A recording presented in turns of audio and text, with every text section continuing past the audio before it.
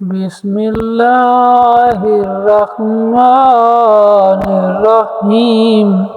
زندگی میں ایک ایسا وقت آتا ہے جب انسان کہتا ہے کہ اب سارے دروازے بند ہو چکے ہیں، کیا ہوگا اور کیسے ہوگا؟ یاد رکھیں، یہ الفاظ مایوسی کے ہیں اور مایوسی کفر ہے، اور کفر ہمیشہ اللہ سے دور کرتا ہے۔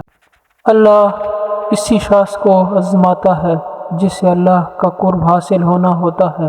پھر ہمیں یہ معلوم ہونا لازمی ہے کہ جو ہو رہا ہے اللہ ہی کی اجازت سے ہو رہا ہے، اور اللہ ہمیشہ آزمائش کے وقت صبر کے بعد اس چیز سے نوازتا ہے جس چیز کی آپ طلب رکھتے ہیں، جس چیز کی خواہش آپ کے دل میں رکھتے ہیں۔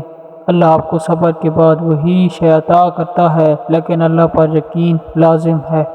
اللہ اس بندے سے بہت خوش ہوتا ہے جو اس کے کاموں پر یقین رکھے، اور جس سے یہ معلوم ہو کہ ہر آزمائش کے بعد ہی بلند مقام حاصل ہوتا ہے۔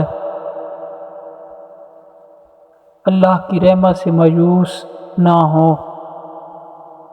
اللہ ہمیں دیکھ بھی رہا ہے اور سن بھی رہا ہے، اور تمہارے رب نے فرمایا، مجھ سے دعا کرو میں قبول کروں گا۔